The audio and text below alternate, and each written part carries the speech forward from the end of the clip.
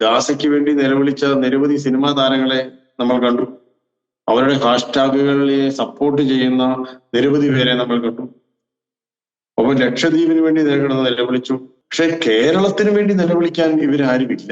1ാം ക്ലാസ്സിൽ പഠിക്കുന്നവൻ SIയെ കഴുത്തിന് പിടിച്ച് നിലത്തടിച്ച് ഉപദ്രവിച്ച ആ റോഡ് സൈഡിൽ ഇരുന്നു കൊണ്ട് വേണം ഈ ചാവരുൾ വായിക്കാൻ എന്നെനിക്ക് തോന്നുകയാണ്. ലാറ്റിൻ അമേരിക്കയിലും കൊളംബിയയിലും അതുപോലെയുള്ള രാജ്യങ്ങളിൽ നിന്നുമൊക്കെയാണ് ഏറ്റവും കൂടുതൽ മയക്കുമരുന്നുകൾ ഉൽപ്പാദിപ്പിക്കപ്പെട്ടിട്ട് ഈ ധാൻമാർഗിക മൂല്യങ്ങൾ നിലനിൽക്കുന്ന രാജ്യങ്ങളിലേക്ക് വിപണനത്തിനായിട്ട് കയറ്റി അയക്കുകയാണ്.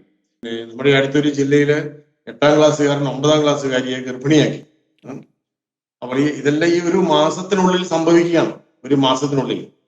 പിന്നെ +1 കാരൻ 9ാം ക്ലാസ്സുകാരനെ ബസ്സിൽ വെച്ച് കത്തിക്ക് കുത്തി കയ്യിൽ വെച്ചുകൊണ്ട് ക്ലാസ്സിൽ വരുന്ന ഒരു സാഹചര്യം. 10 വർഷമായിട്ടുള്ള കേരളത്തിന്റെ വിദ്യാഭ്യാസത്തിന്റെ ദുരന്തം നോക്കുക. ഇതുപോലെ ഇത്തരത്തിൽ കുത്തഴിഞ്ഞ ഒരു സംവിധാനം നമ്മുടെ കേരളത്തിൽ ഉണ്ടായിട്ടില്ല.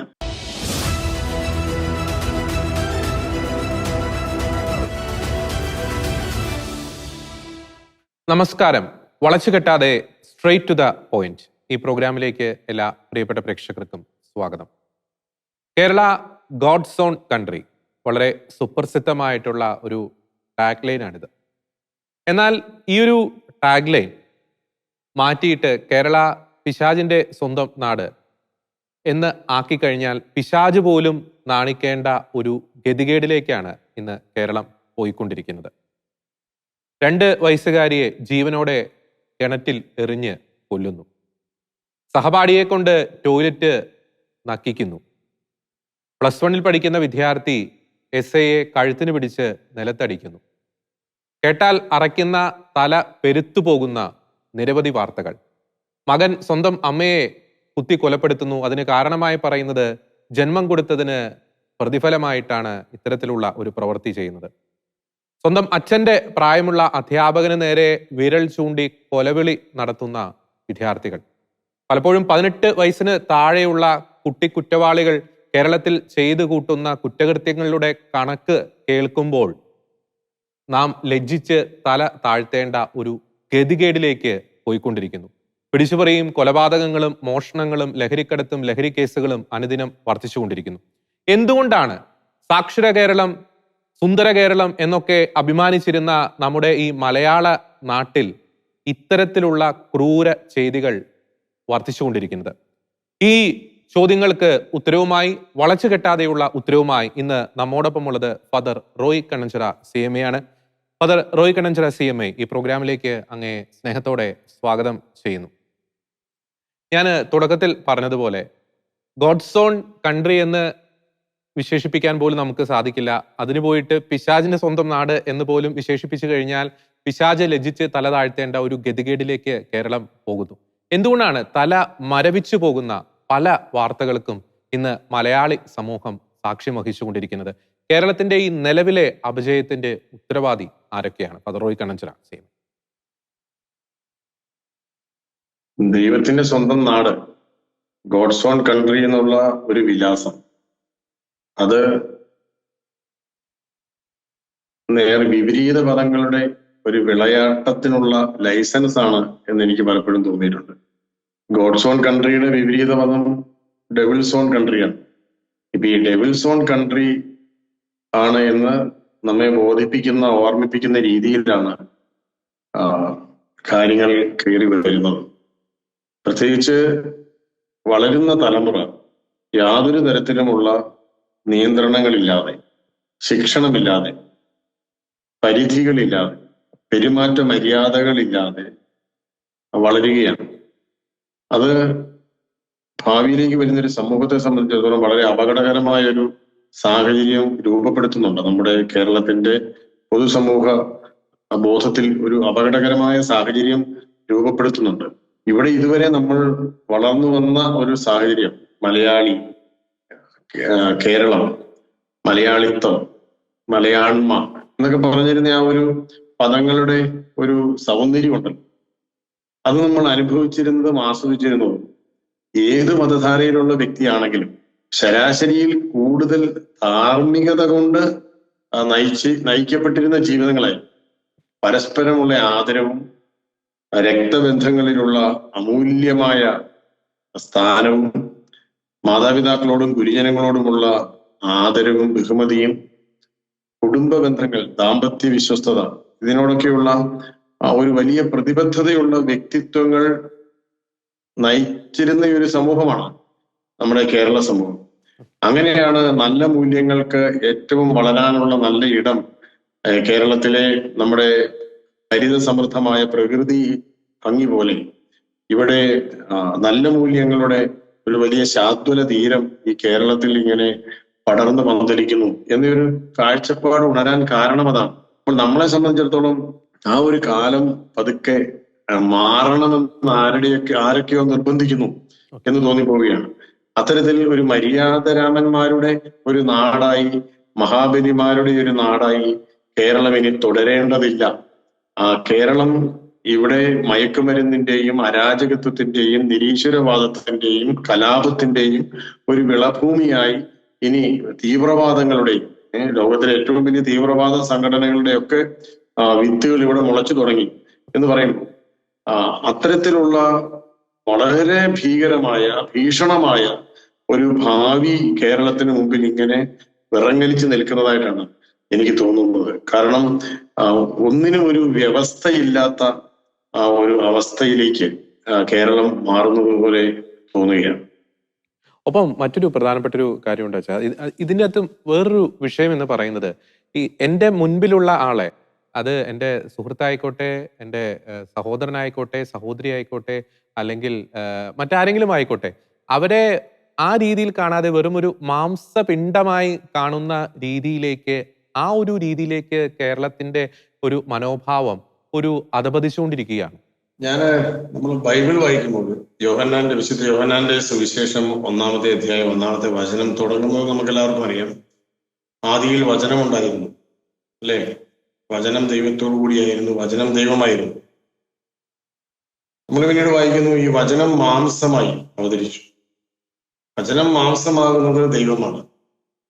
വചനമായ ദൈവം മനുഷ്യന്റെ മാംസരൂപം ധരിക്കുമ്പോൾ അത് ദൈവമായിട്ടാണ് മാറുന്നത്. അതുകൊണ്ടാണ് ആ ക്രിസ്തു ദൈവമായി മനുഷ്യരൂപം സ്വീകരിച്ചു വന്നു എന്ന് നമ്മൾ പറയുന്നു. എന്നാൽ ഇപ്പോൾ ഇവിടെ സംഭവിക്കുന്നത് മാംസം വാക്കുകളായി മാറുകയാണ് എന്നെനിക്ക് തോന്നുകയാണ്. വാക്ക് മാംസമായി മാറിയപ്പോൾ അത് ദൈവമായി. ഇവിടെ ഇപ്പോൾ മാംസം വാക്കുകളായി മാറുകയാണ്. എല്ലാ വാക്കുകളിലും ഒരു മാംസത്തോടുള്ള ഒരു ആർത്തി ഇങ്ങനെ നുരഞ്ഞു നിൽക്കുന്നു. പലരുടെയും പല ബന്ധങ്ങളും ഈ മാംസങ്ങൾ തമ്മിൽ സംസാരിക്കുന്ന ഒരു അവസരമായി മാറിപ്പോകുന്ന ദുരന്തം നമ്മൾ കാണുകയാണ്. ഇവിടെ ഒരാങ്ങളയുടെയും പെങ്ങളുടെയും സംഭാഷണങ്ങൾ ഇന്ന് കേരളം വളരെ വേദനയോടുകൂടി വായിക്കുകയാണ്. അമ്മയും മകനും തമ്മിൽ, അപ്പനും മക്കളും തമ്മിൽ ഇങ്ങനെ ഇതുവരെ നമ്മൾ നിലനിർത്തിക്കൊണ്ട് ഒരു വ്യവസ്ഥയെ, ഒരു കുടുംബം എന്ന് പറയുന്ന ഒരു വ്യവസ്ഥയെ നിലനിർത്തിക്കൊണ്ട് കുടുംബങ്ങളുടെ ഭദ്രതയിലൂടെ സമൂഹത്തിന്റെ ഭദ്രത എന്ന ഒരു സുരക്ഷിതമായ ജീവന അവസ്ഥയെ ഉയർത്തിക്കൊണ്ട് നമ്മളൊക്കെ കരുതി വെച്ചിരുന്ന പല മൂല്യങ്ങളും ഇവിടെ വേണ്ട എന്നും, ഇവിടെ വകതിരിവില്ലാത്തവരുടെ ഒരു കൂട്ടായ്മ മതി, ഒരു കൂട്ടം മതി, ആൾക്കൂട്ടം മതി എന്നും ആരൊക്കെയോ തീരുമാനിച്ചുറപ്പിച്ച് നിർബന്ധിക്കുന്നത് പോലെ തോന്നിപ്പോവുകയാണ്. അപ്പോൾ കാഴ്ചപ്പാടുകൾ മാറുന്നു, മൂല്യങ്ങൾ മാറുന്നു, മൂല്യങ്ങളോടുള്ള പ്രതിബദ്ധത മാറുന്നു. ഞാനിവിടെ ഓർത്തു പോവുകയാണ്, ഒരു 160 വർഷം മുമ്പ് ഒരു മനുഷ്യൻ ഈ കേരളത്തിലെ കുടുംബങ്ങൾക്ക് വേണ്ടി ഒരു പ്രവാചക തുല്യമായ ചില കുറിപ്പുകൾ എഴുതി വെച്ചിട്ടുണ്ട്. ഒരു നല്ല അപ്പന്റെ കണ്ണിലൂടെ നോക്കിക്കൊണ്ടാണ് അദ്ദേഹം തന്റെ ഒരു മരണമൊഴി പോലെ എഴുതിയത്. ചാവരുൾ എന്നാണ് അതിന്റെ പേര് നമ്മൾ വായിക്കുന്നത്. ഒരു നല്ല അപ്പന്റെ ചാവരുൾ. അവിടെ വിശുദ്ധ ചാവറ കുര്യാക്കോസ് ഏലിയാസ് അച്ഛൻ കേരളത്തിലെ ക്രൈസ്തവ കുടുംബങ്ങളെയാണ് അദ്ദേഹം നേരിട്ട് മനസ്സിൽ കരുതി എഴുതിയത് എങ്കിലും കുടുംബം എന്ന ആ ഒരു കൽപ്പനയെ, ആ ഒരു വ്യവസ്ഥയെ ആദരിക്കുന്ന എല്ലാവരും ജാതിമത വ്യത്യാസമില്ലാതെ വായിക്കുകയും പഠിക്കുകയും ചെയ്യേണ്ട ഒരു ചെറിയ ലഘു ഉപദേശ സമാഹാരമാണ് ഈ ഒരു നല്ലയപ്പന്റെ ചാവരുൾ. അതിൽ അദ്ദേഹം പറയുന്ന പ്രധാനപ്പെട്ട ഒരു പോയിന്റ്, ഒരു ക്രൈസ്തവ കുടുംബം ആകാശമോക്ഷത്തിന്റെ സദൃശ്യമാണ് എന്നാണ്. ഒരു ക്രൈസ്തവ കുടുംബം ആകാശമോക്ഷത്തിന്റെ സദൃശ്യമാണ് എന്ന് പറഞ്ഞു കഴിഞ്ഞാൽ സ്വർഗം പോലെ ആകണം ഒരു വീട് എന്നാണ്. ഒരു വീട് ഒരു സ്വർഗമാണ്. അപ്പം നമുക്ക് ആലങ്കാരികമായിട്ട് ഇത് പറയാൻ എളുപ്പമാണ്. പക്ഷേ അദ്ദേഹം അതിന് ചില ഉപാധികൾ വെക്കുകയാണ്. അവിടെ ഏറ്റവും പ്രധാനപ്പെട്ടത് സ്വർഗത്തിലെ ചാവറപിതാവിന്റെ കാഴ്ചപ്പാടിൽ സ്വർഗത്തിന്റെ ഏറ്റവും പ്രധാനപ്പെട്ട കാര്യം എന്ന് പറഞ്ഞാൽ പരിശുദ്ധ ത്രിത്വത്തിലെ മൂന്നാളുകൾ പരസ്പരം നൽകുന്ന ആദരവാണ്. അത് തിരുക്കുടുംബത്തിലേക്ക് അദ്ദേഹം വിവർത്തനം ചെയ്ത് അവതരിപ്പിക്കുന്നുണ്ട്. യേശുപിതാവും മാതാവും ഈശോയും കൂടി ഒരു തിരുക്കുടുംബമായി ജീവിച്ചത് എങ്ങനെയാണ്? അവര് പരസ്പരം ആദരിച്ചും സ്വാതന്ത്ര്യം നൽകുകയും പരസ്പരം വ്യക്തിത്വത്തെ ബഹുമാനിച്ചുമാണ് കുടുംബ രൂപീകരണം നടത്തിയത്. അതുപോലെ തന്നെ ചാവറച്ചൻ പറയാണ്, ചിട്ടയും ക്രമവുമുള്ള കുടുംബ ബന്ധങ്ങൾ, രക്തത്താലും സ്നേഹത്താലും പരസ്പരം ബന്ധിതരായവർ ചിട്ടയോടും ക്രമത്തോടും കൂടി നിലനിർത്തുന്ന ഒരു വ്യവസ്ഥയാണ് കുടുംബം എന്ന് പറയുന്നത്. അപ്പോൾ ഇവിടെ ചിട്ട എന്ന് പറയുന്നത് വളരെ പ്രധാനപ്പെട്ടതാണ്. അത് മൂല്യങ്ങളിൽ അധിഷ്ഠിതമായ ഒരു ജീവിത ക്രമത്തെയാണ് സൂചിപ്പിക്കുന്നത്, അല്ലെ? പിന്നെ ക്രമം എന്ന് പറയുന്നത് ജീവിതത്തിന്റെ ഒരു അച്ചടക്കത്തോടു കൂടിയ, നമ്മൾ മലയാള ഭാഷയിൽ പറയുന്ന അടക്കം, ഒതുക്കം എന്നൊക്കെ പറയുന്ന പദമുണ്ടല്ലോ.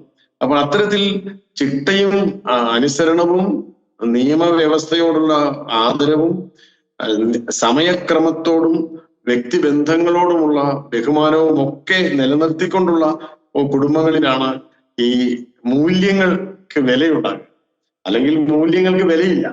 അപ്പം അതുകൊണ്ടാണ് ചാവറപിതാവ് വളരെ വ്യക്തമായിട്ട് എങ്ങനെയാണ് ഒരു കുടുംബത്തിൽ ഈ മൂല്യങ്ങൾ, സ്വർഗത്തോട് ചേർന്ന് നിൽക്കുന്ന മൂല്യങ്ങൾ എങ്ങനെയാണ് വളർത്തേണ്ടതെന്ന് അദ്ദേഹം കൃത്യമായിട്ട് പറയുകയാണ്.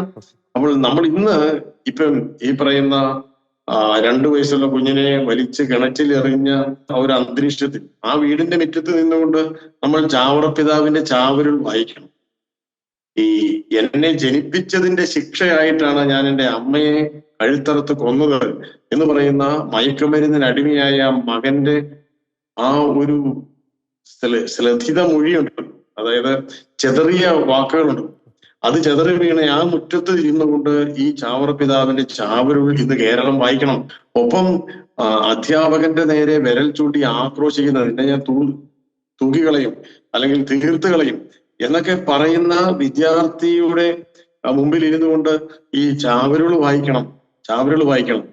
11ാം ക്ലാസ്സിൽ പഠിക്കുന്നവൻ SIയെ കഴുത്തിന് പിടിച്ച് നിലത്തടിച്ച് ഉപദ്രവിച്ച ആ റോഡ് സൈഡിൽ ഇരുന്നു കൊണ്ട് വേണം ഈ ചാവരുൾ വായിക്കാൻ എന്നെനിക്ക് തോന്നുകയാണ്. കാരണം ഈ ഒരു വർത്തമാന കാലത്തെ വ്യവസ്ഥിതിയില്ലാത്ത ഈ ഒരു പെരുമാറ്റ രീതികളുടെ മറുപടിയാണ് ശരിക്കും പറഞ്ഞു കഴിഞ്ഞാൽ ഒരു നല്ലയപ്പന്റെ ചാവരുൾ. അദ്ദേഹം ഇവിടെ തന്നെ നമ്മുടെ അടുത്തൊരു ജില്ലയിലെ 8ാം ക്ലാസ്സുകാരൻ 9ാം ക്ലാസ്സുകാരിയെ ഗർഭിണിയാക്കി. അപ്പോൾ ഇതെല്ലാം ഈ ഒരു മാസത്തിനുള്ളിൽ സംഭവിക്കുകയാണ്. ഒരു മാസത്തിനുള്ളിൽ. പിന്നെ +1 കാരൻ 9ാം ക്ലാസ്സുകാരനെ ബസ്സിൽ വെച്ച് കത്തിക്ക് കുത്തി കയ്യിൽ വെച്ചുകൊണ്ട് ക്ലാസ്സിൽ വരുന്ന ഒരു സാഹചര്യം.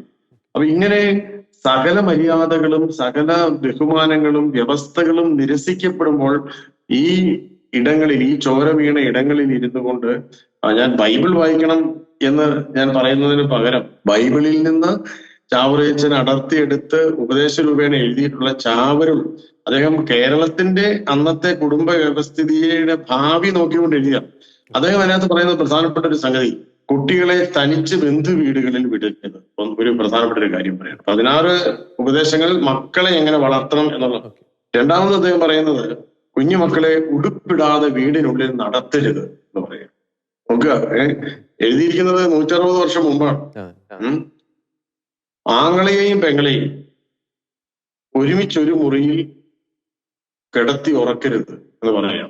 ഇത് പറയുന്നത് 1.5 നൂറ്റാണ്ട് മുമ്പ് പറയുന്ന കാര്യമാണ്. ആങ്ങളെയും പെങ്ങളെയും ഒരു മുറിയിൽ കിടത്തി ഉറക്കരുത്. എന്നിട്ട് അദ്ദേഹം പറയാണ്, പ്രകൃത്യ അവർക്കില്ലാത്തത് പിശാച് അവരെ പഠിപ്പിക്കും എന്ന് പറയാം. അപ്പൊ നമ്മുടെ കുടുംബങ്ങളിലെ ആങ്ങള പെങ്ങൾ റിലേഷൻഷിപ്പ്, കസിൻസ് റിലേഷൻഷിപ്പ്, രക്തബന്ധങ്ങളുടെ ആ ഒരു ബന്ധം, പവിത്രത, ഇതൊക്കെ ഇന്ന് തകർന്നു വീഴുകയാണ്. പല കുടുംബങ്ങളിലും പുറത്തു പറയാൻ പറ്റാത്ത രീതിയിലുള്ള ഉൾമുറിവുകൾ, ഏറ്റവും സ്വന്തപ്പെട്ടവർ കാവലിരിക്കും എന്ന് വിചാരിച്ചവർ കട്ടുതിന്നതിന്റെ മഹാവ്യഥകൾ ഇങ്ങനെ നമ്മുടെ കുടുംബാംഗങ്ങൾ പേറുകയാണ്. അപ്പോൾ കൂട്ടിരിക്കുമെന്ന് വിചാരിച്ചവൻ കട്ടുതിന്നുകയാണ്. കാവലിരുന്നവൻ കൊള്ളയടിച്ചുകൊണ്ട് പോവുകയാണ്. അപ്പോൾ ആരുടെ അരികിൽ അഭയം പ്രാപിക്കും? അപ്പോൾ പ്രേമം ഒരു ഉമിനീരായി കാണുമ്പോൾ, കായിൽ പേരിൽ പൂ മതിക്കുവോർ, ഒന്നും പുണ്യമായി എണ്ണിയിടാത്തോർ. വൈലോപ്പള്ളി എനിക്ക് തോന്നുന്നു ഒരു 60-70 വർഷം മുമ്പ് എഴുതിയ ഒരു കവിതയാണ്. പ്രേമം ഒരു ഉമിനീരായിട്ട് കാണുകയാണ്. സ്നേഹം എന്ന് പറയുന്നത് വെറുതെ ഒരു ഉമിനീരിറക്കുന്നതിന് അത്രയും ആയുസേ ഉള്ളൂ മനുഷ്യർ പരസ്പരമുള്ള സ്നേഹത്തിന്. ഒന്നും പുണ്യമായി എണ്ണിയിടാത്തോ, പുണ്യമായിട്ടൊന്നും കരുതുന്നില്ല, എല്ലാം നന്മയായിട്ടോ നല്ല മൂല്യങ്ങളായിട്ടോ ഒന്നും അതിനെ വിലമതിക്കുന്നില്ല. അങ്ങനെ ഒരു അവസ്ഥ മുൻകൂട്ടി പ്രവചിച്ചിരിക്കുകയാണ് ഈ പ്രവാചകരായിട്ടുള്ള ആത്മീയതയുള്ളവരും സാഹിത്യകാരന്മാരും ഒക്കെ. അപ്പോൾ നമ്മുടെ ഈ ഒരു സമൂഹം എന്ന് പറയുന്നത് മറന്നുപോയ ചില മൂല്യങ്ങളെ നമ്മൾ ഓർത്തെടുക്കേണ്ട ഒരു കാലത്തിലേക്ക് വന്നിരിക്കുകയാണ്. വിശുദ്ധ ജാവർ പിതാവിന്റെ ഈ ഉപദേശ സംഹിതകളെ അടിസ്ഥാനമാക്കി ഞാൻ ക്രൈസ്തവ കുടുംബങ്ങളുടെ അടിത്തറയെ പറ്റിയാണ് പറഞ്ഞത്. അവിടെ നമുക്ക് ഇപ്പോൾ നമ്മൾ എന്താണ് കാണുന്നത്? യഥാർത്ഥത്തിൽ ഈ ദാമ്പത്യ വ്യവസ്ഥയെ തന്നെ, വിവാഹം എന്ന വിശുദ്ധമായ ഔദാശിക അനുഭവത്തിന്റെ വ്യവസ്ഥയെ തന്നെ മലിനീകരിക്കുന്ന ഒരു അവസ്ഥയാണ്. അങ്ങനെയാണല്ലോ എനിക്കൊരു കുടുംബം വേണ്ട, എനിക്ക് ഞാൻ മാത്രം മതി, എൻ്റെ ഉടലിന്റെ സന്തോഷം മതി, ഞാൻ എൻ്റെ ആർത്തി പൂരിപ്പിക്കപ്പെട്ടാൽ മതി എന്നൊരു വ്യക്തി തോന്നിപ്പോകുന്ന ഒരു സാഹചര്യം വരികയാണ്. അന്നേരമാണ് ഈ ലെസ്ബിയനിസം, ഒപ്പം എന്താണ് സ്വവർഗഭോഗം, ഗേ റിലേഷൻഷിപ്പ് എന്നൊക്കെ പറയുന്ന രീതിയിലുള്ള ഏറ്റവും അപകടകരമായ ഒരു സമൂഹ വ്യവസ്ഥിതിയെ തകർത്ത് കളയുന്ന, അധാർമികം കൊണ്ട് മാത്രമല്ല ഒരു സമൂഹത്തിന്റെ നിലനിൽപ്പിനെ തന്നെ തകർത്ത് കളയുന്ന ഒരു ഈ ചെതറിയ ചീഞ്ഞ മൂല്യങ്ങളുടെ ഒരു അർമാദ നർത്തനം നടക്കുകയാണ് ഇവിടെ നമ്മുടെ സമൂഹത്തിൽ. അതിനെതിരെ വലിയ പ്രതിബോധ നിർമ്മിതി ആവശ്യമാണ് എന്ന് ഈ സാഹചര്യങ്ങൾ നമ്മെ ഓർമ്മിപ്പിക്കുകയാണ്. അങ്ങ് ലാസ്റ്റ് പറഞ്ഞ ഒരു സെൻറ്റൻസ് വളരെ ശ്രദ്ധേയമാണ്. ഇത്തരം ഒരു ചീഞ്ഞ മൂല്യങ്ങളുടെ ഒരു അർമാദ നർത്തനം ഇവിടെ നടന്നുകൊണ്ടിരിക്കുകയാണ്. പക്ഷേ എന്നിട്ടും എന്തുകൊണ്ട് ചിലരുടെ കണ്ണ് അടഞ്ഞു തന്നെ ഇരിക്കുന്നു, ചിലരുടെ കണ്ണ് മൂടപ്പെട്ട് തന്നെ ഇരിക്കുന്നു? ഇത്തരക്കാർ ഈ ഗാസയ്ക്ക് വേണ്ടി നിലവിളിക്കാൻ വലിയ ആവേശമാണ്, റാഫയ്ക്ക് വേണ്ടി നിലവിളിക്കാൻ വലിയ ആവേശമാണ്, ലക്ഷദ്വീപിന് വേണ്ടി നിലവിളിക്കാൻ വലിയ ആവേശമാണ്. പക്ഷേ തങ്ങളുടെ കാൽ ഉറപ്പിച്ചിട്ടുള്ള കേരളത്തിന് വേണ്ടി നിലവിളിക്കാൻ ഇവർക്ക് സാധിക്കുന്നില്ല. ഒരു സേവ് കേരള ഒരു ഹാഷ്ടാഗ് പോലും ഇടാൻ ഇവർക്ക് സാധിക്കുന്നില്ല. നമുക്കറിയാം നമ്മുടെ രാഷ്ട്രീയക്കാർ ഇവിടെ നാട്ടിൽ വികസനമില്ല, അതില്ല എന്നൊക്കെ പറഞ്ഞ് വലിയ രീതിയിൽ പ്രത്യാരോപണങ്ങളൊക്കെ നടത്തുന്നുണ്ട്.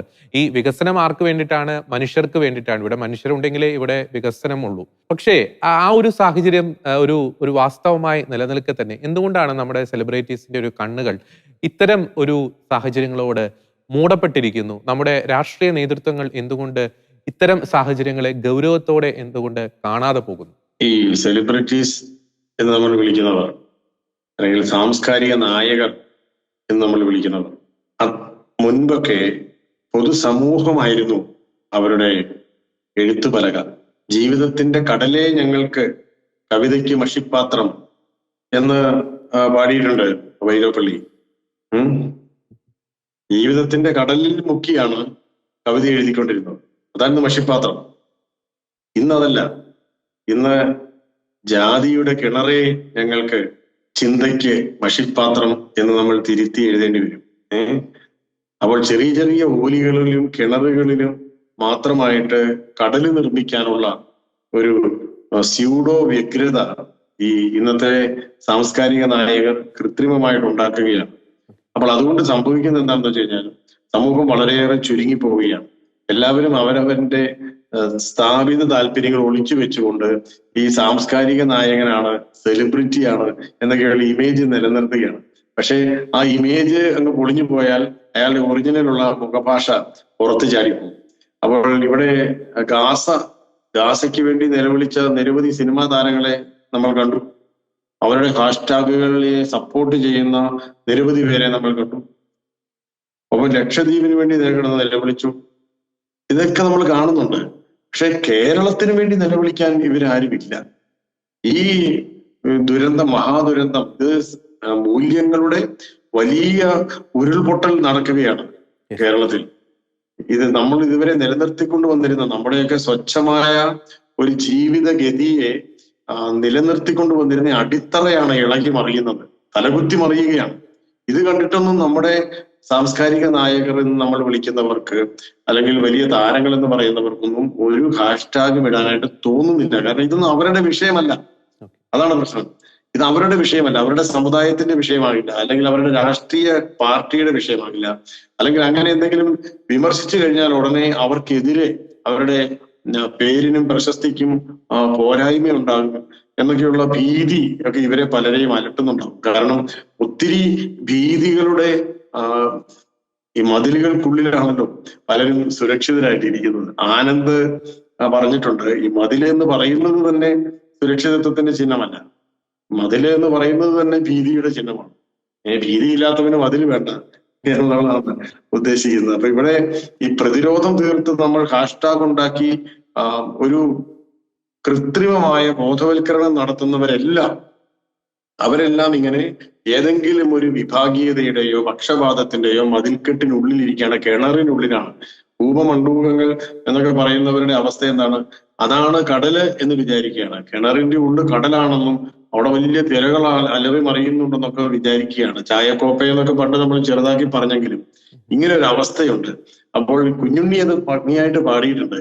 കുഞ്ഞുണ്ണി പറയുകയാണ്, എനിക്കുണ്ടൊരു ലോകം, നിനക്കുണ്ടൊരു ലോകം, നമുക്കില്ലൊരു ലോകം. അപ്പൊ നമ്മൾ എന്ന് പറയുന്ന ഒരു അനുഭവത്തിന് ഇവിടെ ഒരു ലോകമില്ല. അങ്ങനെ ഒരു ലോകമില്ല. എന്റെ ലോകത്ത് ഞാനും എനിക്കുള്ളവരും, നിന്റെ ലോകത്ത് നീയും നിനക്കുള്ളവരും, നമുക്കുള്ള ഒരു ലോകത്തിൽ നമ്മൾ എന്ന് പറയുന്ന ഒരു അനുഭവം ഇല്ലാതെ പോകുന്നത് കൊണ്ടാണ് ഈ ഒരു മഹാദുരന്തം നമ്മെ ഇങ്ങനെ തുറിച്ചു നോക്കുന്നത്.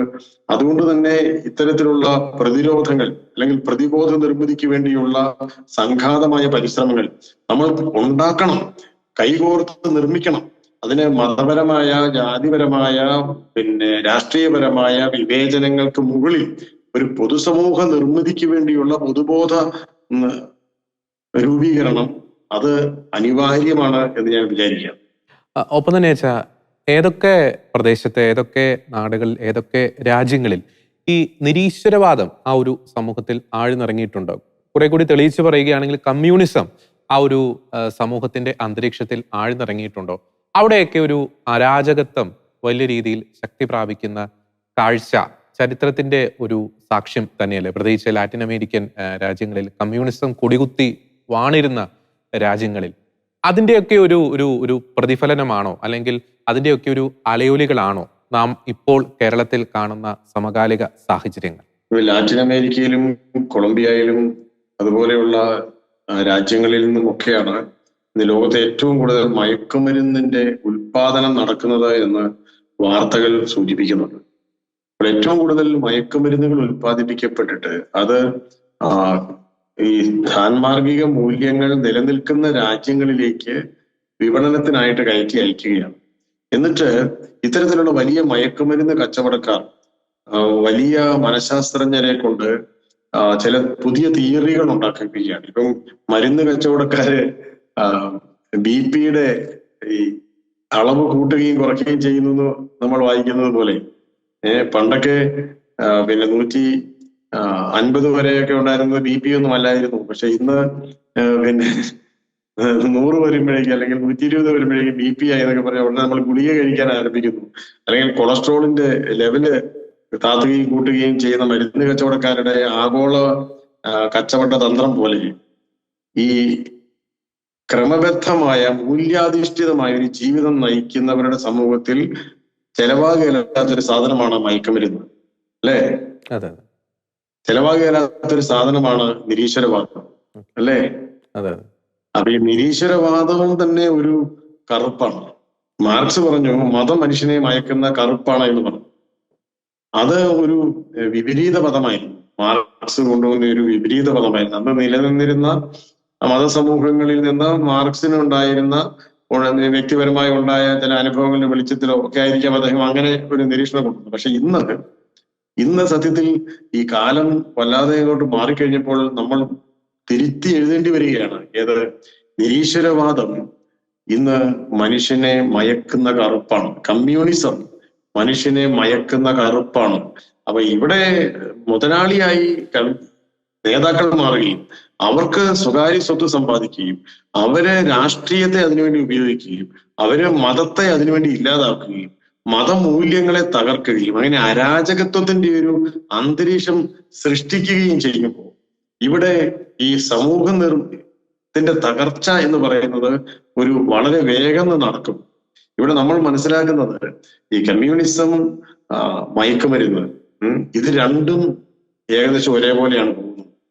കാരണം മയക്കുമരുന്ന് കഴിക്കുന്ന ഒരുത്തൻ അവൻ മയങ്ങി പോവുകയാണ്, അല്ലെ?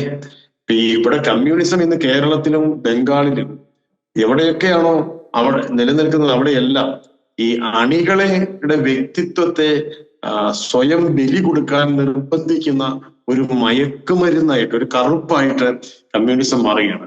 ഇവിടെ അധ്യാപകന്റെ നേരെ വിരൽ ചൂണ്ടി നിന്നെ ഞാൻ കൊലപ്പെടുത്തും എന്ന് പറഞ്ഞ വിദ്യാർത്ഥിയെ തിരുത്തേണ്ടതിന് പകരം ഒരു പാർട്ടി നേതാവ് പിറ്റേ നിമിഷത്തിൽ പറയുന്നത് ആ കുട്ടിയുടെ ഭാഗത്ത് നിന്നുകൊണ്ടാണ്. ആ വീഡിയോ പ്രചരിപ്പിച്ചവനെ അറസ്റ്റ് ചെയ്യണം മനസ്സിലായത്. ആ പറഞ്ഞതല്ല തെറ്റ്. അപ്പൊ നമുക്കിവിടെ ശിക്ഷണം വേണ്ട. നോക്കൂ, ഈ കുറച്ചു കാലങ്ങൾക്കുള്ളിൽ കേരളത്തിന്റെ വിദ്യാഭ്യാസ സമ്പ്രദായം, ഇപ്പൊ ജോർജിയും ഞാനും ഒക്കെ പഠിച്ചിരുന്ന ഒരു തലമുറയിൽ വരെ കേരളത്തിന്റെ വിദ്യാഭ്യാസ സമ്പ്രദായത്തിന് ചിട്ടയായ ഒരു വ്യവസ്ഥിതി ഉണ്ടായിരുന്നു. അവിടെ മാതൃഭാഷ കൃത്യമായിട്ട് പഠിപ്പിച്ചിരുന്നു, അല്ലെ? നമ്മളെയൊക്കെ പിന്നെ നേഴ്സറി തൊട്ട് ആയും അമ്മും ഒക്കെ പഠിപ്പിച്ചിരുന്നു. ഇപ്പം എല്ലാ സ്വരങ്ങളും വ്യഞ്ജനങ്ങളും പഠിപ്പിച്ചിരുന്നു, അല്ലെ? അപ്പോൾ അക്ഷരം തെറ്റാതെ എഴുതാൻ പഠിപ്പിച്ചിരുന്നു. തെറ്റ് വന്നു കഴിഞ്ഞാൽ ശിക്ഷിച്ചിരുന്നു. അക്ഷരത്തെറ്റിനാണ് ആദ്യമായിട്ട് നമുക്ക് അടി കിട്ടിക്കൊണ്ടിരുന്നത്. പകർത്തെഴുതിക്കൊണ്ടിരുന്നതിൽ അക്ഷരത്തെറ്റിനാണ് അടി കിട്ടിക്കൊണ്ടിരുന്നത്. ഇന്നത്തെ തലമുറയെ സംബന്ധിച്ചിടത്തോളം ഈ പകർത്തി എഴുതാനായിട്ട് ഒന്നുമില്ല എന്നുള്ളതാണ്. പകർത്തി എഴുതുന്നതിന്റെ ടെക്സ്റ്റ് തന്നെ മുഴുവൻ സ്പെല്ലിംഗ് മിസ്റ്റേക്കായി, അക്ഷരത്തെറ്റായി പോയി ഒരു അവസ്ഥയിലേക്ക് ഈ തലമുറ വരും. അവരെവിടെ നോക്കി പകർത്തി എഴുതും? അവരെഴുതുന്നത് മുഴുവൻ അക്ഷരത്തെറ്റാണ്. അപ്പൊ അങ്ങനെ ഒരു ദുരന്തം നമ്മുടെ ഈ ഒരു തലമുറയെ നോക്കിയിരിക്കുകയാണ്. എന്റെ ഒരു ചോദ്യം, നമ്മുടെ നിലനിന്നിരുന്ന ഒരു വിദ്യാഭ്യാസ സിസ്റ്റത്തെ അത് വിദ്യാർത്ഥികൾക്ക് വലിയ ഭാരമാണ് എന്ന് പറഞ്ഞുകൊണ്ട് പുതിയൊരു വളരെ കൗതുകകരമാണ്, വെസ്റ്റേൺ രാജ്യങ്ങളിലൊക്കെ വളരെയേറെ വൈവില്യം നേടിയതാണ്, പ്രശസ്തമായതാണെന്നൊക്കെ പറഞ്ഞുകൊണ്ട് DPP പോലെയുള്ള വിദ്യാഭ്യാസ സിസ്റ്റം കേരളത്തിൽ നിലനിന്നിരുന്ന വിദ്യാഭ്യാസ സമ്പ്രദായത്തിലേക്ക് കൊണ്ടുവന്നു. ഓക്കെ, അത് സ്റ്റേറ്റ് സിലബസിലാണ് കൊണ്ടുവന്നതെന്ന് മനസ്സിലാക്കണം.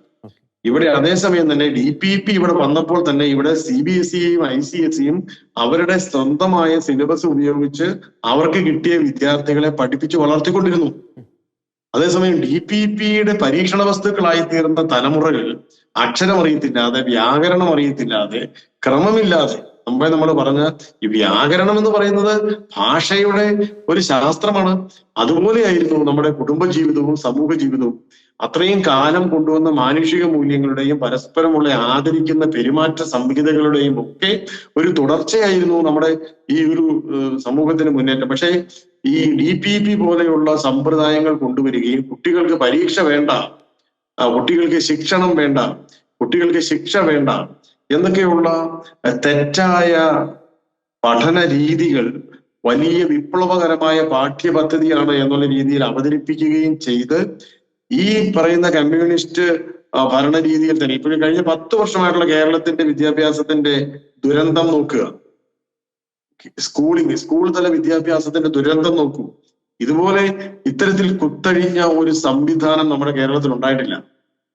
കാരണം വിദ്യാർത്ഥികളെ തിരുത്താനായിട്ട് അധ്യാപകർക്ക് അവകാശമില്ല. തിരുത്തുക എന്ന് പറയുന്നത് വളർച്ചയുടെ ഒരു വലിയൊരു ഭാഗമല്ലേ. വെട്ടിയൊരുക്കാത്ത ചെടികൾ തോന്നിയ പോലെ വളരുകയാണ്, അലസമായിട്ട് വിലകുകയാണ്. അത് തന്നെയല്ലേ അത്തരത്തിൽ വെട്ടിയൊരുക്കാത്ത ചെടി പോലെയല്ലേ ഇന്നത്തെ യുവതലമുറയുടെ നോക്കൂ, തലമുടി അത് ഏറ്റവും ഷാബിയായിട്ട് ചെതറിച്ചിടുന്നതിനകത്താണ് ഇന്നത്തെ ഒരു സൗന്ദര്യം നമ്മുടെ പല ചെറുപ്പക്കാരും കാണുന്നത്. അപ്പോൾ അടക്കവും ഒതുക്കവും ഇല്ലാത്ത ഒരു തല എന്ന് പറയുന്നത് ഒരു തലമുറയുടെ തല തന്നെയാണ്. ഈ അടക്കവും ഒതുക്കവും ഇല്ലാത്ത ഒരു തലമുറ എന്ന് പറയുന്നത് മുറ തെറ്റിയ തലമുറയാണ് അല്ലെ. അപ്പോൾ അത് അപകടകരമായ ഒരു സാഹചര്യം നമ്മുടെ ഇവിടെ കൊണ്ടുവന്നു. അങ്ങനെ വന്നപ്പോഴാണ് സ്കൂളുകളുടെ മുൻപിൽ ബോക്സുകൾ, എന്ത് ബോക്സുകൾ? പരാതി ബോക്സുകൾ. ആർക്കെതിരെയുള്ള പരാതി? വിദ്യാർത്ഥികൾക്ക്, അധ്യാപകർക്കെതിരെ പരാതി കൊടുക്കാനുള്ള ബോക്സ് എന്ന് നമ്മുടെ വിദ്യാലയങ്ങളിൽ തൂങ്ങിയോ അന്ന് വിദ്യാഭ്യാസം അവസാനിച്ചു. കാരണം ഗുരുത്വത്തെ ആദരിക്കരുത് എന്ന് വിദ്യാർത്ഥികളോട് ഉപദേശിച്ച ഭരണകർത്താക്കൾ ആരാണ്? അവര് നശിപ്പിച്ചു കളഞ്ഞു നമ്മുടെ ഈ നാടിന്റെ നന്മ. മുടിയുന്ന ഒരു സമൂഹത്തെ നമുക്ക് ഇവിടെ കാണാം. കേരളത്തിന്റെ പുതുതലമുറയെ മോചിപ്പിക്കാൻ സത്വരമായ ജാഗ്രതായ നിലപാടുകളും തീരുമാനങ്ങളും ഭരണകൂടത്തിനുണ്ടാവണം, വൈജ്ഞാനിക മേഖലയ്ക്കുണ്ടാവണം, സാഹിത്യ സാംസ്കാരിക നായകർക്കുണ്ടാകണം. എങ്കിൽ മാത്രമാണ് നമുക്ക് ഒരു മോചനം ഇതിൽ നിന്ന് ലഭിക്കുകയുള്ളൂ എന്നാണ് എന്റെ എളിയൊരു നിരീക്ഷണം. വളരെ വ്യക്തമാണ്. ഒരു കാലഘട്ടത്തിൽ കേരളത്തിന്റെ താളം തെറ്റിച്ചിരുന്നത് മഹാപ്രളയങ്ങളായിരുന്നെങ്കിൽ, മഹാമാരികളായിരുന്നെങ്കിൽ, ഇന്ന് കേരളത്തെ തകർത്തെറിയുന്നത്, കേരളത്തിന്റെ താളം തെറ്റിക്കുന്നത് അധാർമികതയുടെ മഹാപ്രളയമാണ്. ഒപ്പം തന്നെ മൂല്യച്യുതികളുടെ ഉരുൾപൊട്ടലുകളാണ്. ഈ ഒരു സാഹചര്യത്തിൽ ഇവിടുത്തെ രാഷ്ട്രീയ നേതാക്കളോട് ഒരു കാര്യം പറയാനുണ്ട്. നിങ്ങൾക്ക് വേണ്ടി ജയ് വിളിക്കുവാൻ ഇവിടെ ആൾക്കൂട്ടങ്ങൾ ഉണ്ടാകണമെങ്കിൽ ഇവിടെ കേരളം നിലനിൽക്കണം. ഇവിടുത്തെ സെലിബ്രിറ്റീസിനോട് ഒരു വാക്ക് പറയാനുണ്ട്. നിങ്ങളുടെ സിനിമകൾ കണ്ട് കൈയടിക്കാനുള്ള കൈകൾ ഇവിടെ ഉണ്ടാകണമെങ്കിൽ ഇവിടെ കേരളം നിലനിൽക്കണം. ഇവിടുത്തെ സാംസ്കാരിക നായകരോട് ഒരു വാക്ക് പറയാനുണ്ട്. നിങ്ങളുടെ തൂലികയിൽ നിന്ന് പുറപ്പെടുന്ന വാക്കുകൾ കാണുവാൻ കണ്ണുകൾ ഇവിടെ ഉണ്ടാകണമെങ്കിൽ ഇവിടെ കേരളം നിലനിൽക്കണം. അതുകൊണ്ട് അടിയന്തര പ്രാധാന്യത്തോടെ കേരളത്തെ രക്ഷിക്കുവാൻ, ആ പഴയ സമത്വ സുന്ദരമായിട്ടുള്ള കേരള സംസ്കാരത്തെ തിരികെ പിടിക്കുവാനുള്ള ആർജവത്വമുള്ള കൂട്ടായിട്ടുള്ള നടപടികൾ ഇവിടുത്തെ ഭരണാധികാരികളുടെ ഭാഗത്തുനിന്ന്, സാംസ്കാരിക നായകരുടെ ഭാഗത്തുനിന്ന്, രാഷ്ട്രീയ നേതാക്കളുടെ ഭാഗത്തുനിന്ന്, സാമുദായിക നേതൃത്വങ്ങളുടെ ഭാഗത്തുനിന്ന് ഉണ്ടാകട്ടെ എന്ന് ആശംസിക്കുന്നു. ഈ വിഷയത്തിൽ വളരെ ശക്തവും വ്യക്തവുമായിട്ടുള്ള ആശയങ്ങൾ അവതരിപ്പിച്ച ഫാദർ റോയ് കണഞ്ചിറ CMI അങ്ങേക്ക് നന്ദി. മറ്റൊരു വിഷയത്തിലെ മറുപടികളുമായി വീണ്ടും കാണാം. എല്ലാ പ്രിയപ്പെട്ട പ്രേക്ഷകർക്കും നന്ദി.